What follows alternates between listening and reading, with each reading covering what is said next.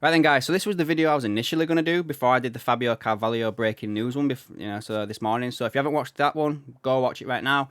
But again, before I do anything, guys, a little bit of housekeeping for you. Tomorrow night on here, 7 o'clock p.m. UK time, I will be doing episode 12 of the AKM live show, talking about the pre-season, the transfer news, and it seems to be hotting up a little bit now, guys. A little bit more to talk about in regards to that. I'm going to cover off a few things in this video about latest stuff that's come out from the latest Liverpool journals.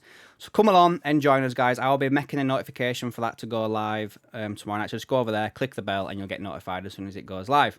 Also, guys, if you do like this video, give it a like, subscribe, and put a comment down below to let me know your thoughts on everything I'm about to cover. So, first and foremost, guys, we had a few things that came out the past couple of days, and we'll start off with the Bobby Clark stuff. Now, he's obviously a player that came a bit more prominent last season for Liverpool. You know, played in the Carabao Cup, in the Carabao Cup final also. He's come up through the Liverpool youth system. I think we initially bought him from Newcastle at one point, or signed him from Newcastle or something like that. Obviously, that's where his dad played a lot of his football. And basically, Liverpool have had some Premier League clubs asking to take him on loan, and not Leipzig, Salzburg, where Pep Linders has now gone to, have inquired about potentially taking him on a permanent basis.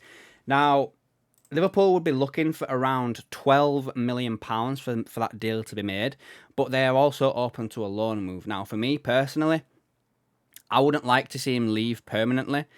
I would like to see him go out on loan at least and be given a try at more regular first-team football, be that in Salzburg or preferably over here in this country, do something like Fabio Carvalho has done, or a few other Liverpool players, you know, Tyler Morton. Maybe he goes to Blackburn and plays there. We seem to get a lot of success loaning players there, or potentially even loaning him up to one of the upcoming Premier League sides, you know, like Southampton, you know, people have just come into the league. Let him go play there for a bit and hopefully break in.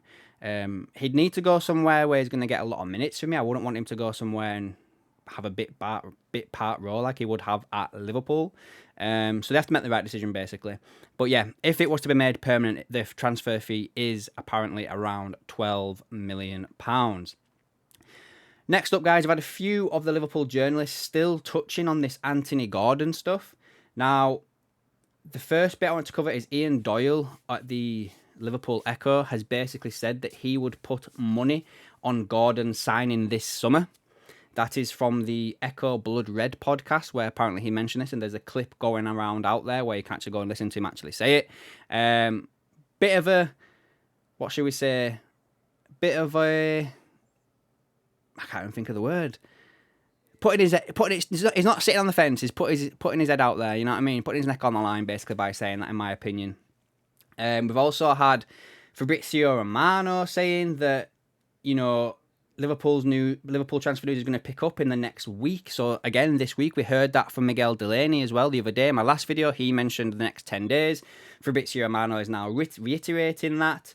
And he also says that the transfer for Gordon would be a difficult one, but he expects Liverpool to go back to the table. And then we've got a little bit more here from James Pearce, who is basically saying that a month on from the PSR deadline, little has changed, but the landscape could shift soon, with Gordon and Gomez returning to club duties next week following an extended break. Liverpool remain big admirers of Gordon, who had his head turned by the interest of the club he grew up supporting. However, Liverpool also appreciate that Newcastle are no longer under the same financial pressures. As for Gomez, he will consider his options, having come so close to leaving the club.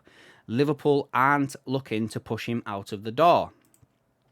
Negotiations were so advanced over the proposed transfer of Liverpool defender Gomez to Newcastle in late June that payment terms were discussed.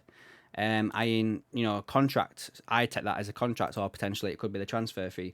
And there was also another bit as well regarding that, where basically it said that if Gomez was to move on this summer, Liverpool look at Sepp van den Berg as someone who could step up and take that role, basically. Kwanzaa's impressed during pre-season. I still do think Liverpool need one more, especially with the uncertainty surrounding Virgil van Dijk future. So, and Kanate, obviously, with his injuries and everything like that. So, yeah. For me, let's see what happens. This is really starting to heat up now, I think, for Liverpool's transfers.